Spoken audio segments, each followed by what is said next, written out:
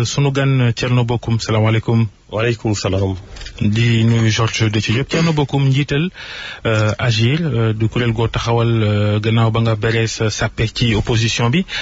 nga bokk ci candidat yi wax ni bëgg nañu taxaw ci élection présidentielle yu février yi bokk ci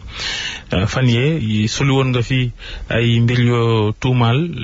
nguur gi ginnaaw ñoom ñoo yore ministère de l'intérieur mi organiser élection yi te ka jiite ministère bi ñoom la far ne fichier électoral bi yéen mi ngeen doon laaj ñu jox leen ko ñoom yor nañ ko ngir gën a dëggal seen i parrainage daañu ci delsi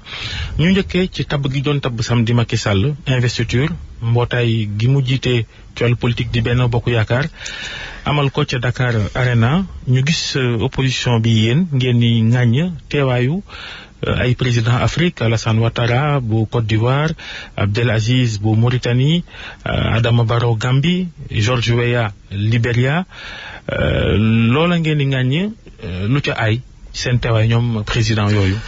waaw Babacar loolu seen ñëw buñ ñëw effectivement am na lu si ay mais damay bëgg a leeral d'abord que ne tey soo gisee dëkk bu mel ni Côte d'Ivoire dëkk bu mel ni Mauritanie Libéria et cetera dëkk la yoo xamante ne ñëpp xam nañ seen diggante ak Sénégal donc tey lu ñuy jàpp mooy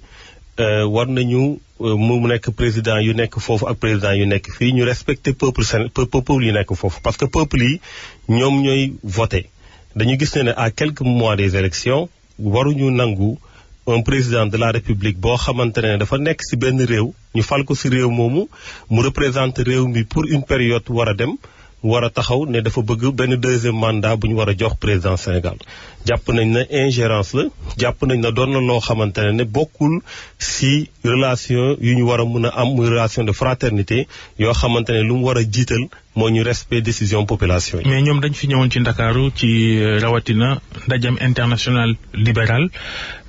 di xew woo xam ni ñoom ñi gëm li ñuy wax libéralisme ci wàllu politique ñoo ko seq gannaaw ñoo bokk gëm-gëm kay fekkendoo xew-xew bu ni mel est-ce que yenewul maanaa itam. waaw xam nga ñaari mbir d'abord moo am benn bi mooy fekkee nañ xew-xew bi beneen bi mooy am na ñu ci jël kàddu pour wax ne dañu bëgg président bi mu daal di am deuxième mandat loolu ingérence lañ koy tuddee xam nga Babacar su dee rek dañ ko xool ci mbirum libéralisme je pense que Sénégal situation la boo xamante ne dafa particulière parce que su dee dañ ñëw jàppale ñëw fekk ci président Macky Sall bi nga xamante ne partem parfois mu ne parti bu libéral la parfois mu dem Chine nekk fa ak communiste yi parfois mu nekk feneen ak feneen je pense que ne soo ñëwee réew mu mel noonu am na koo xamante ne par exemple moo tax ñu xam libéralisme en Afrique mën naa ko wax muy le président Wade te parti mu ngi fi boobu ba léegi donc mënoo wax ne da ngay soutenir say mbokk da ngay soutenir say xarit da ngay soutenir libéraux yi ba pare nag daal di jàppale kenn koo xamante ne mu ngi toog au pouvoir bàyyi ñeneen ñoo xam ne ñuy nekk dans l'opposition donc dañ jàpp ne seen ñëw bokk ci mouvement boobu ci organisation boobu ak ndaje boobu ñu doon def lu jaadu la waaye nag ñëw di fekkee investiture président Macky Sall taxaw di wax naan dañu bëgg mu am deuxième mandat ingérence la c'est inacceptable jàpp nañ ne ñàkk respecter population sénégalaise yi la jàpp nañ ne ay président yoo xamante ne tey war nañoo nawloo population yi parce que population yi nag ñoom ñoo war a décider à quelques mois ñu war a ñëw di wax quoi que ce soit jëmale ci élection yi ñu jëm. est-ce que élection yi sénégalais yi la concerné wul yeneen pays. est-ce que buñ dégloo li nga xamante ne moom la président bu Mauritanie wax itam mënuñ koo nangul yenn yi ndax sénégalais yooyu ngay wax sax moom nee na ci discours am ci élection yi di ñëw mu ngi li ñu bëgg moo di mbir mi jaar yoon xëy na sénégalais yi tanal seeni bopp ki nga xamante ne moo leen di jiite waaye moom mu ngi bëgg. ñaanal xaritam mu falu. waaw mais mënuñu ko nangul loolu. parce que dafa war a tëddee njaxanaay xam nga nga xamante ne ñoom ñoo ko war a moom ci tànn bi xam nga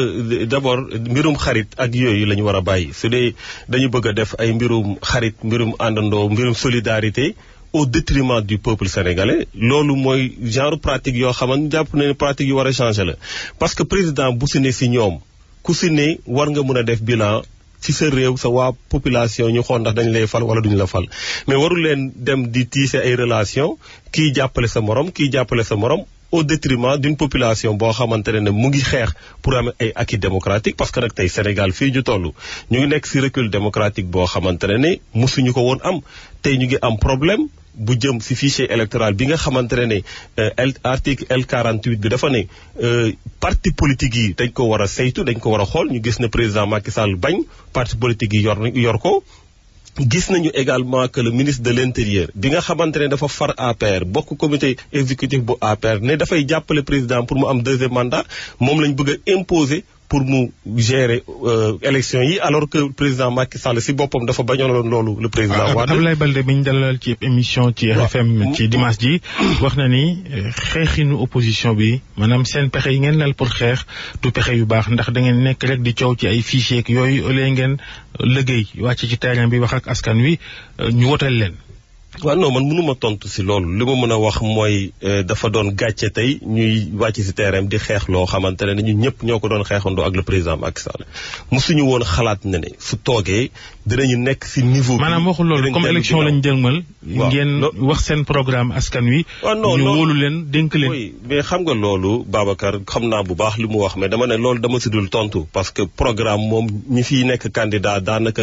ñëpp génn nañu seen programme soo leen ñu posé question si ay programme suñuy programme pare nañu yàgg nañu dugg ci population yi wax ak ñoom ci changement yu ñu bëgg ci réew mi changement de paradigme yu ñu bëgg façon politique beneen bu ñu xam ne soxla nañ ko ci réew mi loolu sénégalais yi xam nañ ko dégg nañ ko ci ñun plusieurs fois ñu ngi ci terrain bi tous les jours chaque fois ñu ngi rencontrer population yi mais am na loo xamante ne du président Macky Sall moo ko moom du keneen moo ko moom Sénégal moo ko moom muy nos acquis démocratiques mu jëm si nan la ñuy leeralee élection defar ko ba mu leer nañ ba nga xamante ne képp ku gagné dañuy jàpp ne moom moo gagné parce que population yi ñoo ko fal mais loolu ay combat wu génération la mënuñu nangu waruñu sax tey war a def sax revendication yooyu dama ne dafa ruslu ñu taxaw di revendiquer loo xamante ne ki fi toog tey moom si boppam moo ko doon revendiquer dañ jàppoon ne su toogee leneen la ñuy wax waaye duñu ñëwaat si ay ministre de l'intérieur ndax war na organiser élection ou pas du ñëwaat ndax fichier électoral war nañ ko mën a saytu ou pas jàpp nañ ne loolu recul démocratique la boo xamante ne vraiment Sénégal soxlawu ko. delluwaat tuuti ci coowal ñoom Ouattara ak Aziz bu Mauritanie yéen a ngi ñaawlu seen i doxalin est-ce que aussi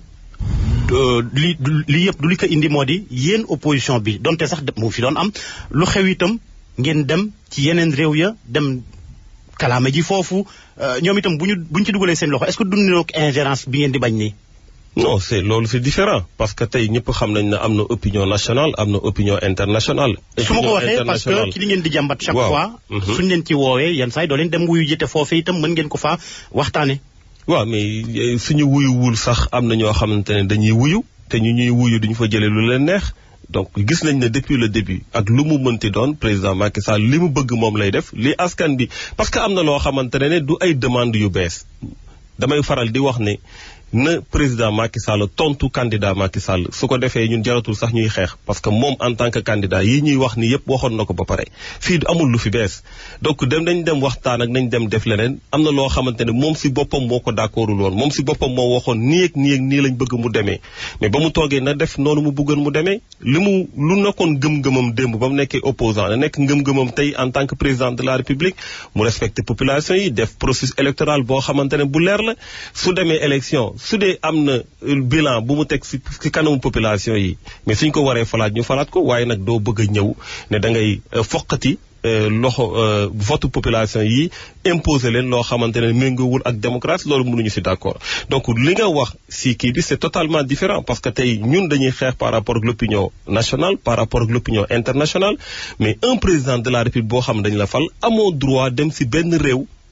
vraiment loolu manque de respect population yi la parce que nag mënoo comprendre un président de la République jóge beneen réew ñëw suñu réew naan population yi kii de bëggoon nañu mu am deuxième mandat mais au nom de quoi loolu fan lañ ko teg loolu jàpp nañ ne c'est un précédent bu dangereux c'est inacceptable d'accorduñu pour que ñuy am ay seeni syndicat président yooyu di bokk seeni intérêt bopp maanaam bu ko Macky Sall demee Côte d'Ivoire def ko fa mu jul coow mais loolu Ivoiriens di ko d'accord loolu kenn xalaatu ko dama jàpp ne même président Macky Sall waru ko woon nangu moom parce que gisuma lan la koy yokkal Alassane Ouattara wax na ne xanaa ñu am peut-être yeneen visées yi ñu si am yu ñu xamul xanaa mu am ñeneen ñu ñuy waxal yu bokkul ak population sénégalaise bi parce que gisuma tey président Côte d'Ivoire bu président Mauritanie lan la mën a wax benn sénégalais rek ba mu war a mën a tax mu faral Macky Sall est-ce que moom xam na lu xew suñu réew est-ce que xam na lu ñuy dund est-ce que nekk nag waa réew mi donc gisuñu ban impact la mën a am moom si boppam waru ko woon nangu parce que ingérence la bu inacceptable ñàkk respecté sa population bi nga mujjee def conférence de presse Thierno Bocoum da nga génne kayit ne kayit yooyu mooy fichier électoral bi nguur gi moo ko yor jamono ji ngir ut ay parrainage pour authentifier ay parrainage am te yéen fichier boobu laaj ngeen ko joxuñu leen ko ci ëllëg sa Aminata Touré mi jiite wàllu parrainage ci Benno Bokk Yaakaar tontu fii ne waxi daanu ci saret la ndax ku gént saw ñàkk ci élection rek lay wu ne di nga ko wut moom looloy tontom. waaw d'abord man li may bëgg a leeral mooy si lu concerne AGIR ñun mbirum parrainage mu ngi suñu ginnaaw parce que matal nañu lim bi nga xamante ne moom la ñu exiger par la loi donc ñun waxuñu ko pour ne amuñu wala et cetera loolu leeral nañ ko ba pare beneen combat la ñu nekk combat bu ñu nekk tey mooy nan la ñuy matalee suñu caution ak suñuy fonds de campagne donc ñun waxu parrainage teg nañ ko de côté loolu laa bëgg a leeral d'abord li ma siy teg mooy ñun duñu waxantu lu ñu wax lu ne dafa am ay firnde yu leer damaa yëkkati këyit wane ko ñëpp xam nañ ne Thierno Bocoum mënul am këyit boo xamante ne dafa jóge ci fichier électoral parce que nekkuma ministre de l'intérieur ànduma ak ñoom nekkuma ak ñoom donc ñoom ci seen bopp ci seeni équipe yi ñun la ñu jox ay papiers yoo xamante ne lu leer nañ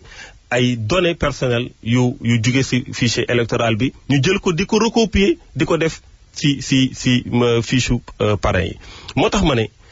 candidat bu yéex a déposé soo moytuwul dinañ la invalider parce que fu mu toll nii jël jël ba finalement sax mën naa wax ne képp ku parrainé. ñoom nee nañ am nañ 2 millions. ëpp na ko. ëpp na ko source yu ma am. source yu ma am mooy ëpp na fuuf ay 2 millions ñu ngi ci plus de 3 millions dañu xam ne chiffre boobu dafa ridicule parce que dañoo jël di recopier rek di teg. ñu ne dañu wax plus de 2 millions. mais loolu 2 millions yooyu. kenn du ko déposé conseil constitutionnel. non kenn du ko déposé xam naa loolu bu baax mais ñëpp xam nañu nan la ñun defuñu benn différence wax nañ ko yàgg nañ ko wax defuñu benn différence entre le candidat Macky Sall et le conseil constitutionnel defuñu ci benn différence et ça on l'assume yàgg nañ ko wax parce que gis nañ décision yu fi conseil constitutionnel jël décision yoo xamante ne dafay nekk à la place des législateurs donc tey dara duñu bett donc gëm nañ ne tey mën nañu sax daal di def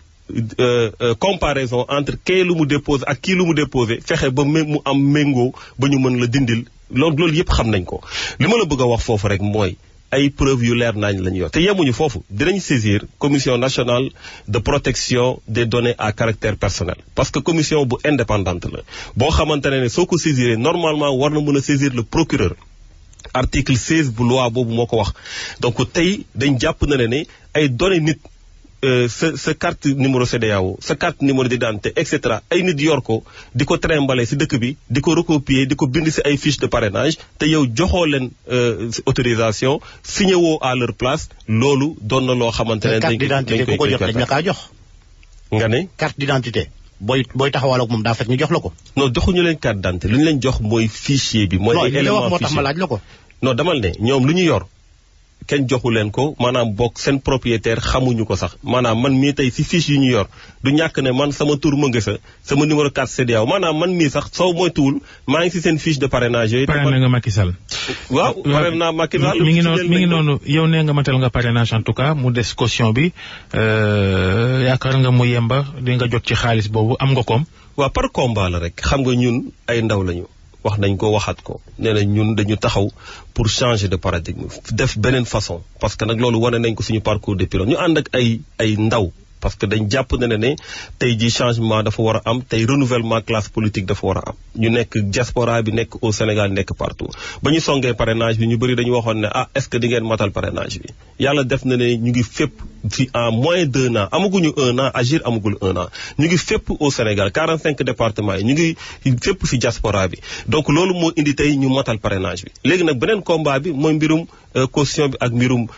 lu jëm si. sa candidature bu jàllul loolu sa candidature bu jàllul Thierno Bocoum am nañ